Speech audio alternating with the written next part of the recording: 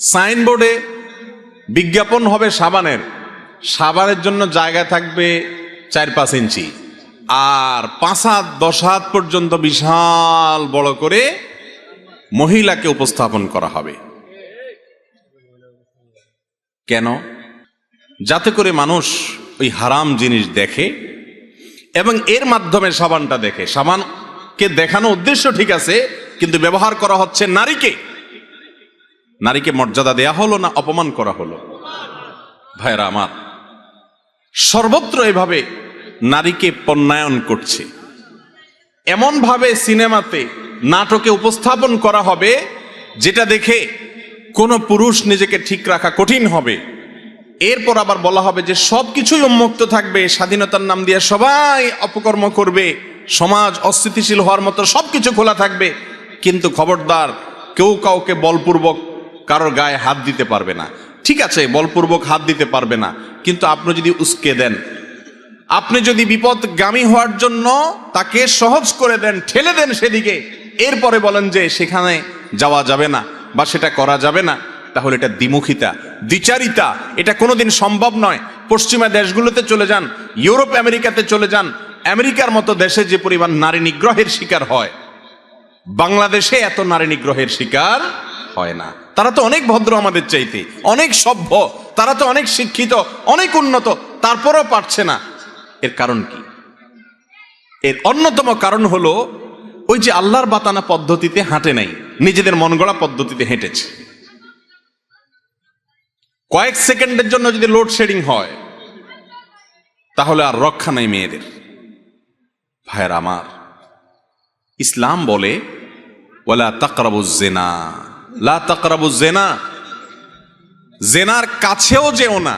আগে থেকে বাদ দেয় ইসলাম, আর সেকুলার সমাজ ব্যবস্থা বলে সব খুলে দাও, এরপরে নিয়ন্ত্রণ করতে বলো। এটা কোনোদিনই সম্ভব হবে না। আল্লাহ তাআলা আমাদেরকে আমাদের চোখের গুনাহ থেকে বেঁচে থাকার তৌফিক দান করুন।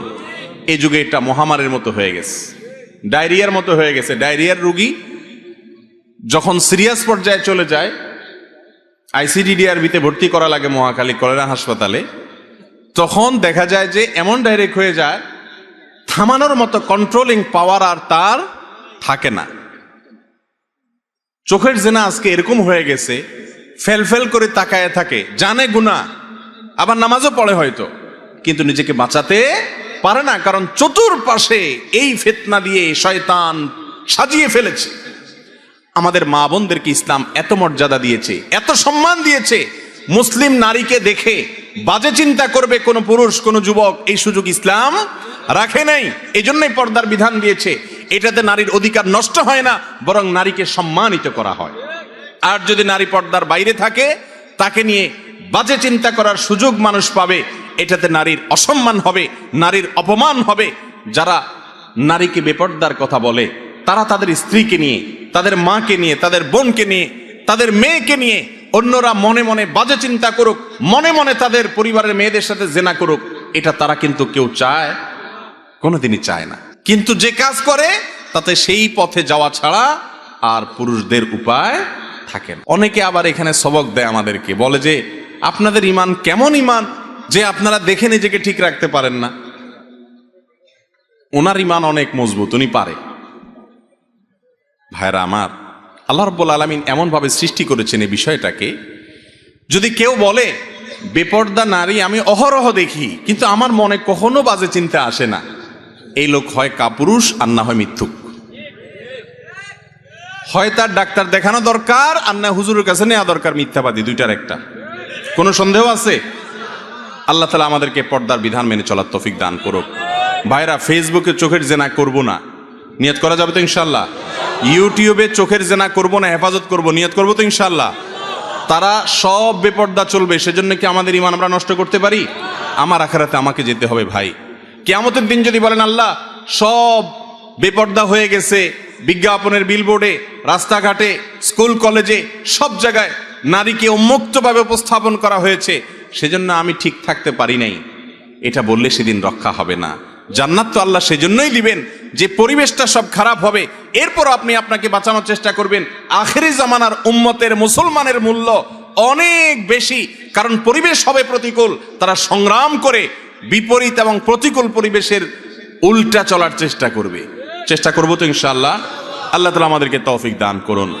যুবক ভাই আমার, আপনার জানাশোনা বন্ধু বান্ধবদের 100-র মধ্যে 99 জন তথাকথিত গার্লফ্রেন্ড রাখে, হারাম রিলেশন রাখে, সম্পর্ক রাখে। ভাইরে, এই হারাম জিনিসটাকে আজ আমাদের সমাজে এত সহনীয় করা হচ্ছে। নাটকে সিনেমাতে, এক সময় নাটকে সিনেমাতে স্বামী স্ত্রী হয়তো দেখানো হতো, এখন বিভিন্ন রিপোর্ট বলছে, বিভিন্ন আপনার আর্টিকেল বলছে যে এখন নাটক সিনেমায় নাকি আপনার স্বামী স্ত্রীর চাইতে এই বিএফ জিএফ বা গার্লফ্রেন্ড বয়ফ্রেন্ড এই কালচারটাকে বেশি দেখানো হয়। এমনভাবে দেখানো হয় যে এটা কোনো দোষের কিছু না। একটা সমাজ ধ্বংস হয়ে আল্লাহর গজবে তলানিতে চলে যাওয়ার জন্য আর কিচ্ছুর দরকার নাই, এই একটা জিনিস যথেষ্ট। সবাই বেঁচে থাকার চেষ্টা করবো তো ইনশাল্লাহ। আমাদের মা বোনরা পর্দার মধ্যে থাকবে, কে কে রাজি আছেন হাত তোলেন। আমাদের সকল মা বোন, আমাদের পরিবারের সমস্ত মেয়েদেরকে আমরা পর্দা বোঝাবো। আল্লাহ তাআলা আমাদের সবার নিয়তকে কবুল করবো না, আমিন। আরেকটা নিয়ত আছে, থামেন। মা বোনদের পর্দা করার জন্য আলহামদুলিল্লাহ সবাই রাজি আছে। চোখের জেনা থেকে বাঁচবেন, হারাম জায়গায় চোখ দিবেন না। যদি নজরে পড়ে যায় মাপ চেয়ে আবার ফেরত আসবেন, এ নিয়ত করবেন তো ইনশাআল্লাহ। আল্লাহ আমাদের সবাইকে দান করুন তৌফিক। এরপরের প্রশ্ন হলো, কোরআন হাদিসের আলোকে কিয়ামের বিধান কি? কিয়ামের বিধান কি? কিয়াম মানে দাঁড়ানো, কিয়াম করা ফরজ। কিয়াম করা কি ভাই? ফরজ। কিয়াম না করলে ফরজ তরক হয়ে যাবে। আল্লাহ তাআলা বলেছেন, ওয়াকুমু লিল্লাহি কানিতিন, তোমরা আল্লাহর আনুগত্য করতে গিয়ে, আল্লাহর হুকুম মানতে গিয়ে দাঁড়িয়ে যাও, কিয়াম করো। কে নির্দেশ করেছে? আল্লাহ। তাহলে কিয়াম করা কি? ফরজ। তো বসে আছেন কেন? কিয়াম করা ফরজ হলে আমরা সব বসে আছি কেন? ও, নামাজের সময়, মাশাআল্লাহ, এই তো আপনারা ধরে ফেলছেন। নামাজের সময় কিয়াম করা কি রে ভাই? ফরজ। কেউ যদি শক্তি সামর্থ্য থাকা সত্ত্বেও তাগড়া মানুষটা বসে বসে আরাম করতে করতে নামাজ পড়ে, তার নামাজ হবে? আজকাল তো দেখা যায় যে একটু একটু ভাবসাবালা মানুষ হলে, একটু আল্লাহ তাআলা তাকে হয়তো কোনো দিক থেকে একটু বড় করেছেন, সবাই না, আবার অনেক লোক আছেন অসুস্থ হয়ে চেয়ারে বসেন। কিছু কিছু লোকের কথা বলতেছে যে সব কাজ করে, লাফালাফি, কুদাকুদি, নাচানাচি সবই পারে মাশাআল্লাহ, কিন্তু ভদ্রলোক মসজিদে আসলে চেয়ার টেনে বসে। চেয়ারে কিন্তু বসে নামাজ পড়া জায়েজ আছে যে ব্যক্তির জন্য এছাড়া বিকল্প নাই, সে বাধ্য, মাজার রোগ, কোমরের রোগ, অসুখ বিসুখ হয়েছে, ঠিক আছে। কিন্তু অনেকে আছে যে অহেতুক একটু সামান্য শরীরটা মেজমেজ করতেছে, আজকে শরীরটা ভালো লাগতেছে না, বসে নামাজ শুরু করছে। তো এই কিয়াম না করলে নামাজ হবে? কিয়াম করা মানে দাঁড়ানো। আপনি জিজ্ঞেস করছেন কোরআন হাদিসের আলোকে কিয়ামের বিধান কি, আমি সরল উত্তর দিলাম, নামাজের মধ্যে যে দাঁড়ানো কিয়াম, সেটাও দাঁড়ানো। কিয়াম মানে কি করা? দাঁড়ানো। ওই দাঁড়ানোটা ফরজ। আর বাকি এমনি সময়ে আপনি কি ওয়াজ বসে শুনবেন না দাঁড়ায় শুনবেন, এটা আপনার ব্যাপার। শরীয়ত এখানে কোনো বাধ্যবাধকতা করে নাই। আমি ওয়াজ বসে করতে পারি, আমার মনে চাইলে আমি দাঁড়ায় ডায়াসেও বলতে পারি। এক্ষেত্রে শরীয়ত কোনো নির্দেশ নিষেধ করে নাই। তাহলে কিয়াম কখনো করা ফরজ, আবার কখনো করা মুবাহ মানে জায়েজ। চাইলে আমি দাঁড়াইতে পারি, চাইলে বসতেও পারি। বুঝতে পারছেন? আল্লাহর নবীর নামে দুরূদ প্রেরণ করা, সাল্লাল্লাহু আলাইহি ওয়াসাল্লাম, তার প্রতি দুরূদ প্রেরণ করা, এটা অনেক বড় ইবাদত ভাই, অনেক বড় সওয়াবের কাজ। আপনি যদি চান আল্লাহ আপনার সব দোয়া কবুল করুক, তো আপনি দুরূদ শরীফ পড়বেন। আপনি যদি বিপদে পড়ে যান, সবচেয়ে বেশি দুরূদ শরীফ পড়বেন, দেখবেন সাথে সাথে আল্লাহ তাআলা বিপদ দূর করেছেন। দুটি আমল, দুরূদ আর ইস্তেগফার, আমার জীবনে অনেকবার দেখেছি আমি চরম বিপদের মুখোমুখি। এই দুইটা আমল প্রতি মুহূর্তে করতে থেকেছি। আল্লাহ তাআলা অলৌকিকভাবে, অবিশ্বাস্যভাবে সাহায্য করেছেন। নবী করিম সাল্লাল্লাহু আলাইহি ওয়াসাল্লাম ইবনে হাদিস থেকে স্পষ্ট বোঝা যায়, দুরূদ এবং ইস্তেগফার, এই দুইটা আমল কোনো বিপদগ্রস্ত মানুষ যদি করতে থাকে, আল্লাহ রাব্বুল আলামিন তার জন্য এমন পথ বের করে দেন, সে কল্পনা করতে পারে না বিপদ দূর করার। তো এই যে দুরূদ, এত ফজিলতপূর্ণ আমল, এই দুরূদটা বসে পড়বে না দাঁড়ায় পড়বে? কথা বলেন। দুরূদ বসে পড়তে হবে না দাঁড়ায় পড়তে হবে? কোথায় আছে দুরূদ বসে পড়তে হবে? এই যে আন্দাজে ফতোয়া দিলে তো হবে না ভাই। কোরআন হাদিসে কোথাও বলা হয় না যে তোমরা দুরূদ পড়ার সময় অবশ্যই বসিয়া বসিয়া পড়িবে, দাঁড়িয়া পড়িতে পারিবে না, কোথাও নাই। তা আপনি অযথা কথা কেন বলতেছেন? দুরূদ বসে পড়বে না দাঁড়ায় পড়বে, কোরআন হাদিসে ব্যাপারে কিচ্ছু বলা হয় না। অতএব এই বসা লোকেরাও দুরূদ পড়তে পারবে, দাঁড়ানো লোকেরাও দুরূদ। কথা কি বুঝতে পারছেন? দুরূদ বসেও পড়ানো যায়, দাঁড়ায়ও পড়া যায়, শুয়েও পড়তে পারে কেউ, কোনো অসুবিধা নাই। কিন্তু কেউ যদি মনে করে দুরূদ পড়তে পড়তে পড়তে পড়তে পড়তে পড়তে একটা পর্যায়ে সবাই দাঁড়ায় যাইতে হবে, তাহলে সমস্যা আছে। কারণ আপনি দুরূদ পড়তে পড়তে যে হঠাৎ দাঁড়ায় গেলেন, ভাই আমার, আপনাকে কি আল্লাহ রাসূল সাল্লাল্লাহু আলাইহি সাল্লাম দুরূদ পড়ার ব্যাপারে বলেছেন? এই কথা কোরআন হাদিসে কোথাও আছে যে তোমরা যখন দুরূদ পড়বা আমার প্রতি পড়তে পড়তে পড়তে পড়তে একটা পর্যায়ে আমার সম্মানে তোমরা দাঁড়ায় যাইতে হবে?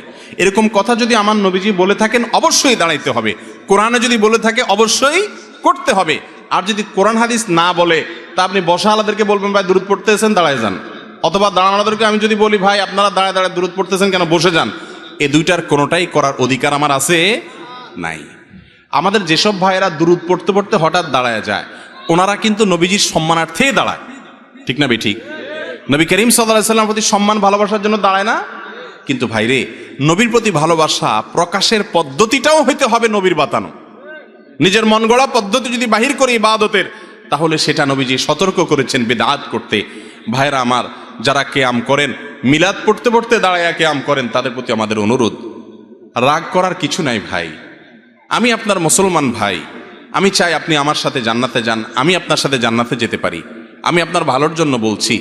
আপনি যে সমস্ত আলিমরা আপনাকে বলেন কিয়াম করার জন্য, ওনাদেরকে অনুরোধ করেন যে হুজুর, কোরআন হাদিসে কোথাও আল্লাহ নবী সাল্লাল্লাহু আলাইহি সাল্লাম কি দুরূদ পড়তে পড়তে দাঁড়ায় যেতে বলেছেন কিনা, যদি বলে থাকেন সেটা কোথায় আছে আপনি দেখান, আমিও একই আমল করবো ইনশাআল্লাহ। আর যদি না থাকে, তাহলে সেক্ষেত্রে নিজের মন গড়া যদি আমি ইবাদতের পদ্ধতি বানায় নিই, তাহলে বেদাত হবে, আর বেদাতের ঠিকানা হবে জাহান্নাম। ভাই আচ্ছা, আমরা নামাজের মধ্যে দুরূদ কি আপনাদের এলাকায় বসে পড়েন না দাঁড়ায় পড়েন? নামাজের মধ্যে শেষ বৈঠকে দুরূদ পড়েন না আপনারা? এই দুরূদটা কি বসে পড়েন না দাঁড়ায় পড়েন? এই দুরূদের চেয়ে শ্রেষ্ঠ কোনো দুরূদ নাই। সাহাবীরা দুরূদ শিখতে চাইছেন, নবী করিম সাল্লাল্লাহু আলাইহি সাল্লাম দুরূদ ইব্রাহিম শিখাইছেন। দুরূদ পড়তে পড়তে যদি দাঁড়ায় যাওয়া লাগতো, তাহলে সাহাবীরা, রাসূল আকরাম সাল্লাল্লাহু আলাইহি সাল্লাম, এমনকি আমরাও নামাজের মধ্যে দুরূদ পড়তে পড়তে দাঁড়ায় যেতাম, ঠিক না ভাই ঠিক? নামাজের চাইতে গুরুত্বপূর্ণ কোনো অবস্থা মানুষের হতে পারে? সেই জায়গায় দুরূদ পড়তে পড়তে যদি দাঁড়ানো না লাগে, তা নামাজের বাইরে কেন দাঁড়ানো লাগবে ভাই? কথা কি বুঝছেন না বুঝেন নাই? দুরূদ যদি বসে পড়লে বেয়াদবি হইতো, তো আল্লাহ তাআলা বসে নামাজে দুরূদ দিতেন না, বলতেন দাঁড়ায়া সূরা ফাতিহার সময় দুরূদ পড়ার কথা, ঠিক না ভাই ঠিক? অথবা বসে আছেন, আত্তাহিয়াতু পড়ছেন, দুরূদের সময় দাঁড়ায় যান। আল্লাহ তাআলা কি এরকম করে নির্দেশ দিয়েছেন? তাহলে আপনি নামাজের বাইরে কেন এটাকে জরুরি মনে করতেছেন? আমার কথা কি বুঝতে পারছেন? আল্লাহ তাআলা আমাদেরকে বুঝার তৌফিক দান করুন। তবে ভাই, এগুলো নিয়ে কামড়া কামড়ি করা যাবে না, ঝগড়াঝাটি করা যাবে না। ভাইয়েরা আমার, অনেক লোকজন আছে আমাদের সমাজে যারা এগুলো নিয়ে মারামারি করে। যদি কেউ কিয়াম করে, আমার কোনো ভাই করুক, তার সাথে ঝগড়াঝাটি বা গন্ডগোলে যাবেন না। এই গন্ডগোল করার কোনো অনুমতি ইসলাম আমাদেরকে দেয় নাই। আপনি না করাটাকে মনে করতেছেন সুন্নাহ সম্মত, আপনি করবেন না, কিন্তু কোনো ভাইয়ের সাথে ভেজালে যাবেন না। এলাকাতে আজ মুসলমানদেরকে শয়তান অনেক রকম ভেজালের মধ্যে লাগাই দিস। আমি মাসআলাটা চেষ্টা করছি কোরআন হাদিসের আলোকে আমার দৃষ্টিভঙ্গি তুলে ধরার। যদি আমারটা ভুল হয়, তাহলে আরেকজন তারটা তুলে ধরবেন, মানুষ সঠিকটা গ্রহণ করবে।